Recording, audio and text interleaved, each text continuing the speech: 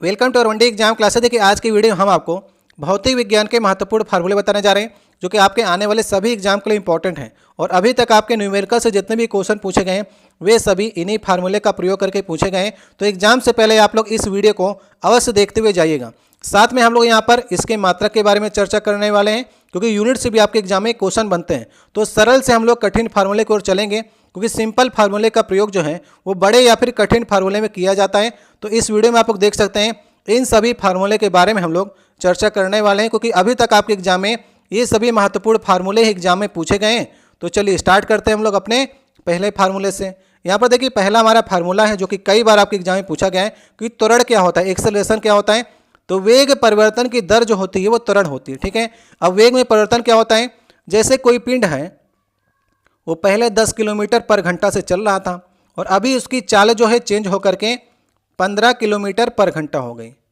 ठीक है, तो प्रारंभिक वेग जो होता है वो u होता है और अंतिम वेग v होता है। तो वेग में परिवर्तन डेल्टा v क्या होता है, अंतिम वेग से प्रारंभिक वेग को आपको घटा देना है, यही वेग में परिवर्तन होता है। मतलब 15 से अगर आप 10 घटाएंगे तो 5 जो आ जाएगा वो वेग में परिवर्तन आ जाएगा और उसमें अगर समय का भाग कर देंगे तो ये त्वरण का आपका फार्मूला आ जाएगा।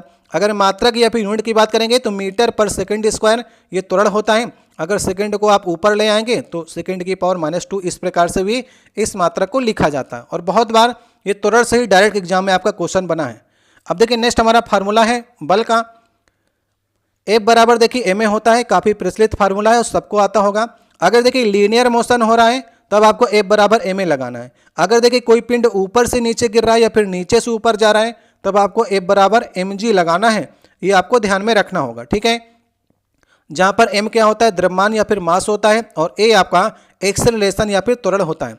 मात्रक की बात करेंगे तो मात्रक इसका न्यूटन भी होता है और डाइन भी इसका मात्रक होता है और 1 न्यूटन बराबर 10 की पावर 5 डाइन की होता है। अगर F बराबर ma से अगर आप इसका मात्रक निकालेंगे तो kg मीटर सेकंड की पावर -2 जो होता है ये बल का आपका मात्रक होता है। अब नेक्स्ट देखिए यहाँ पर फार्मूला है संवेग का या फिर मोमेंटम का।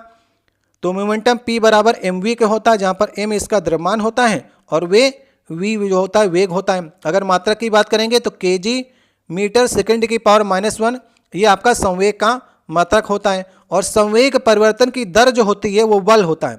कई बार आपके एग्जाम में क्वेश्चन बना है संवेग परिवर्तन की दर मतलब कि mv/t जो होता है ये फोर्स के बराबर होता है। इससे क्वेश्चन आपके एग्जाम में बना है क्योंकि v/t जो होता है वो एक्सेलरेशन होता है, इसीलिए F बराबर ma आपका आ जाता है गति के दूसरे नियम से। ठीक है, गति के दूसरे नियम से फार्मूला मिलता है और गति के प्रथम नियम से बल की परिभाषा मिलती है। ठीक है, तो संवेग परिवर्तन की दर अगर आपसे पूछेगा तो बल होगा क्योंकि P बराबर mv होता है और t से भाग करेंगे तो वो आपका बल का फार्मूला बन जाएगा। अब नेक्स्ट देखिए फार्मूला है आवेग का।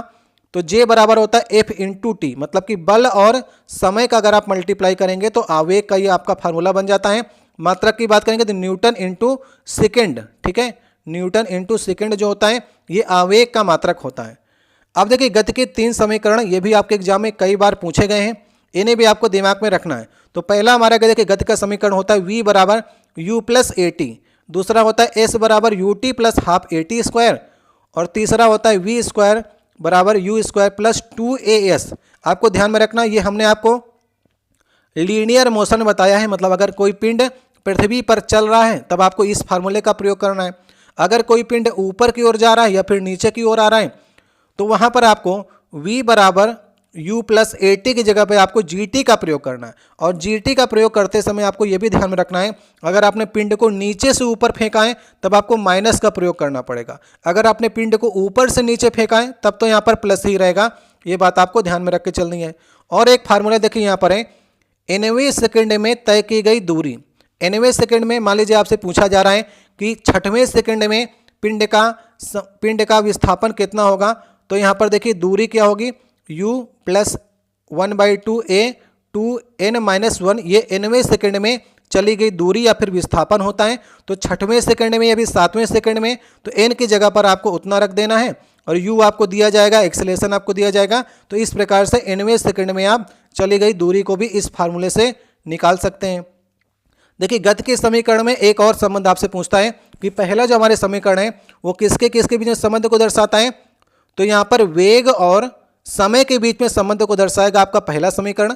दूसरा समीकरण जो है स्थिति या फिर विस्थापन और समय के बीच में रिलेशन को दर्शाता है दूसरा समीकरण। तीसरा वाला समीकरण जो है ये आपका वेग और विस्थापन के बीच में संबंध को दर्शाता है तीसरा वाला समीकरण। ये भी आपके एग्जाम में क्वेश्चन बने हैं। अब नेक्स्ट देखिए, प्रक्षेप्त गति से आपसे क्वेश्चन पूछे जाते हैं प्रोजेक्टाइल मोशन से। कोई पिंड को आप अगर इस प्रकार से फेंकते हैं तो वहां पर आपसे 3 क्वेश्चन बनते हैं। एक तो पूछा जाएगा टाइम आप उसका फ्लाइट कितना है, उसका उड्डयन काल, मतलब कि यहाँ से यहाँ तक जाने में उसको कितना समय लगा है। तो उसके लिए आपको t बराबर 2u sin थीटा अपन g का प्रयोग करना है, क्योंकि यहाँ पर थीटा का कोण भी बनता है और प्रारंभिक वेग आपको पता होना चाहिए और g की वैल्यू तो आप रख सकते हैं 9.8 या फिर 10 का प्रयोग यहाँ पर आप कर सकते हैं। इसकी महत्तम ऊंचाई की बात करेंगे तो कितना महत्तम ऊंचाई ये होती है, ठीक है। तो इसको निकालने के लिए you square sine square theta upon 2g का आपको प्रयोग करना है। तो इस मोशन में महत्तम ऊंचाई जो है इस प्रोजेक्टाइल मोशन की आपको निकल कर चली आएगी। अगर रेंज की बात करेगा परास, मतलब कि अगर पिंड को आपने यहाँ से यहाँ तक फेंका है तो कितना परास या फिर रेंज उसने लिया है, तो r बराबर होता है u square sine 2 theta upon g. अगर आपको मैक्सिमम रेंज प्राप्त करनी है तो थीटा का मान यहाँ पर आपको 45 रखना पड़ेगा। थीटा 45 दूनी 90 साइन थीटा हो जाएगा और 90 का मान जो होता है 1 होता है, तो यू स्क्वायर अपान जी आ जाएगा, रेंज आ जाएगी। तो अगर आपने यहाँ पर डिग्री जो है 45 रख दी तो सबसे ज़्यादा यहाँ पर आपको रेंज प्राप्त होगी। तो इससे आपसे प्रक्षेपवक्र से 3 क्वेश्चन बनते हैं इस फार्मूले से। अब देखिए नेक्स्ट हमारा है टार्क जो होता है बल आघूर्ण क्या होता है, F इंटू डी होता है, मतलब बल और बल युग्म की जो भुजा होती है उसे कहते हैं डी और इसका मात्रक होता है न्यूटन इंटू मीटर, ठीक है। तो ये टार्क हो गया बल आघूर्ण। देखिए बल से बहुत क्वेश्चन आपके एग्जाम में बनता है। बल बराबर होता है F इंटू एस। एक तो इस फार्मूले का प्रयोग किया जाता है, मतलब कि बल और विस्थापन, एस जो होता है विस्थापन होता है, ठीक है। अब अगर थीटा यहाँ पर कोण बन रहा है तो एफ एस कॉस थीटा का भी प्रयोग किया जाता है बल और विस्थापन के बीच में जो कोण बनता है। तो बल और बल की दिशा में विस्थापन, अगर देखिए बल आप लगा रहे हैं किसी दीवार में और विस्थापन नहीं हो रहा है तो यहाँ पर कार्य हमारा शून्य हो जाएगा, याद रखिएगा। तो विस्थापन होना जरूरी है। अगर थीटा का मान जो है वो 90 डिग्री हो जाएगा तब भी कार्य शून्य हो जाएगा, क्योंकि कास थीटा जो होता है वो 0 होता है। तो बल और विस्थापन के बीच में कोण 90 नहीं होना चाहिए, तो कार्य शून्य हो जाएगा। और अगर आपको कार्य जो है सबसे ज़्यादा प्राप्त करना है तो थीटा का मान अगर 0 है, मतलब कि बल की दिशा में अगर आपका कार्य हो रहा है तब सबसे ज़्यादा कार्य यहाँ पर होता है। मात्रक की बात करेंगे तो कार्य का मात्रक जूल होता है। अगर F इंटू एस से निकालेंगे तो न्यूटन इंटू मीटर आ जाएगा। तो जूल जो होता है कार्य का मात्रक भी होता है और ऊर्जा का मात्रक भी होता है, आपका जूल ही होता है। अब देखिए नेक्स्ट हमारा फार्मूला है शक्ति का, क्योंकि P बराबर होता है W अपान टी, मतलब कि कार्य करने की दर जो होती है वो शक्ति होती है।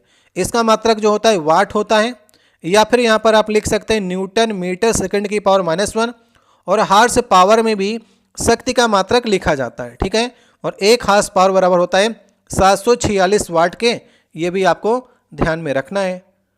अब चलिए देखिए यहाँ पर एक मात्रक और बन सकता है, क्योंकि कार्य अपान समय है तो जूल अपान सेकेंड जो होगा वो मात्रक जो हो जाएगा वो शक्ति का ही मात्रक हो जाएगा, ठीक है। तो मात्रक कई प्रकार से आप निकाल सकते हैं। अब देखिए नेक्स्ट हमारा गतिज ऊर्जा से है। काइनेटिक एनर्जी जो होती है 1/2 mv² होती है, ये ध्यान रखना है, कई बार मैंने आपको कराया हुआ है। और गतिज ऊर्जा और संवेग में जो संबंध होता है वो काइनेटिक एनर्जी बराबर होता है p²। p जो होता है वो आपका संवेग या फिर मोमेंटम होता है, अपान 2m जो होता है ये मास हो गया। कैसे संबंध आपको निकालना है ये आपको बता देते हैं। देखिए यहाँ पर p बराबर mv होता है ना संवेग, तो दोनों तरफ आप स्क्वायर कर दीजिए, p² बन जाएगा, इधर m² बन जाएगा और v² बन जाएगा। अब दोनों तरफ क्या करिए 1/2 का मल्टीप्लाई कर दीजिए, क्योंकि काइनेटिक एनर्जी हमें बनाना है। और यहाँ पर m, क्योंकि काइनेटिक एनर्जी क्या होती है 1/2 mv² होती है, तो एक काम करिए ना 1/2 mv² कर लीजिए और m को जो 2 m यहाँ पर लगे हैं उनको नीचे भेज दीजिए। तो यहाँ पर इस प्रकार से ये संबंध आपके सामने आ गया, तो ये हमारा काइनेटिक एनर्जी बन जाएगा। तो p²/2m, इस तरह से आप लोग यहाँ पर से संबंध को निकाल सकते हैं। अब नेक्स्ट देखिए पोटेंशियल एनर्जी क्या होती है, mgh होती है, मतलब m जो हो गया द्रव्यमान हो गया, g हमारा गुरुत्वीय त्वरण हो गया और h जो हो जाएगा ऊंचाई हो जाएगा। अगर यांत्रिक ऊर्जा या फिर मैकेनिकल एनर्जी की बात करेंगे तो kinetic energy plus potential energy, इन दोनों का योग जो होता है वो यांत्रिक ऊर्जा के बराबर हो जाता है, ठीक है।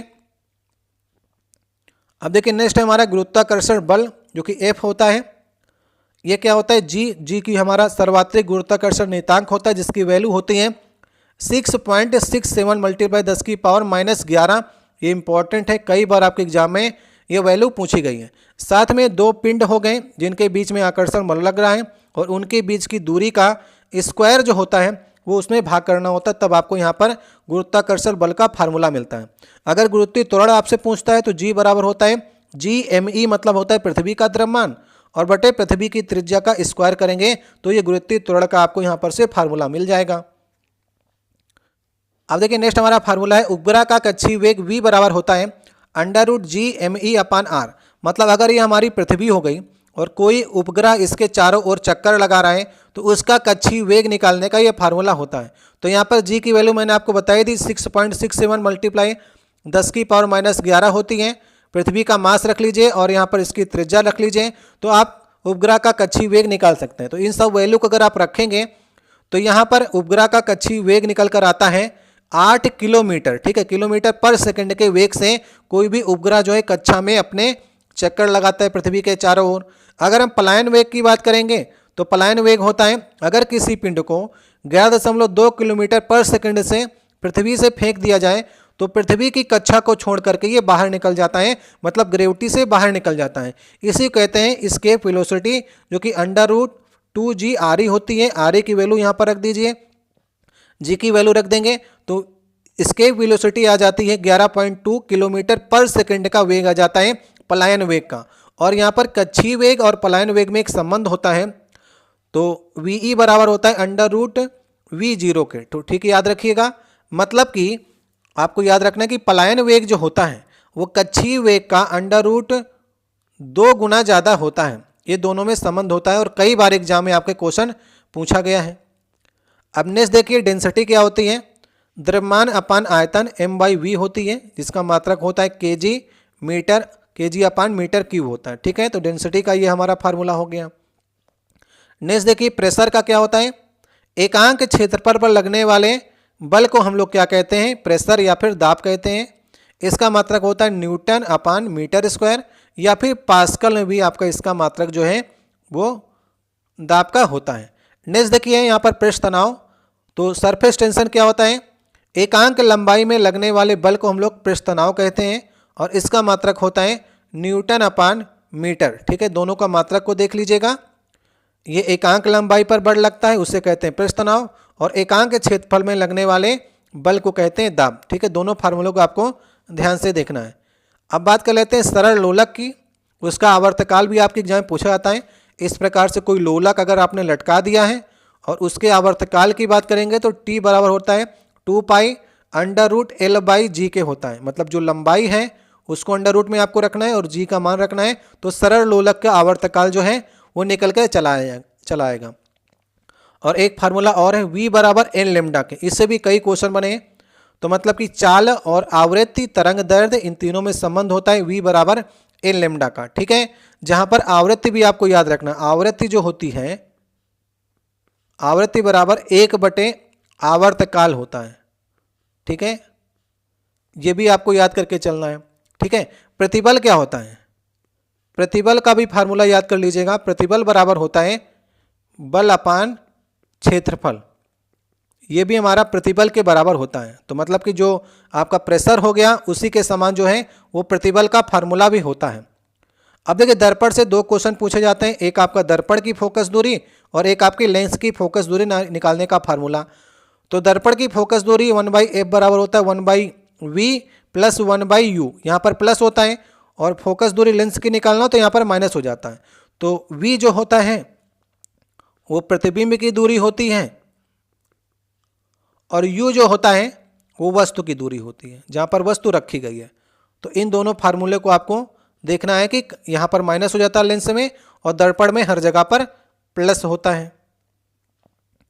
देखिए फोकस दूरी क्या होती है, फोकस दूरी जो होती है वक्रता त्रिज्या की आधी होती है, ये भी एग्जाम में क्वेश्चन बना है। लेंस की क्षमता निकालने के लिए P बराबर होता है 1/f के। मतलब अगर फोकस दूरी का अगर आप 1/, कर देंगे तो यहाँ पर लेंस की क्षमता आ जाएगी, और लेंस की क्षमता हमेशा डायोप्टर में होती है।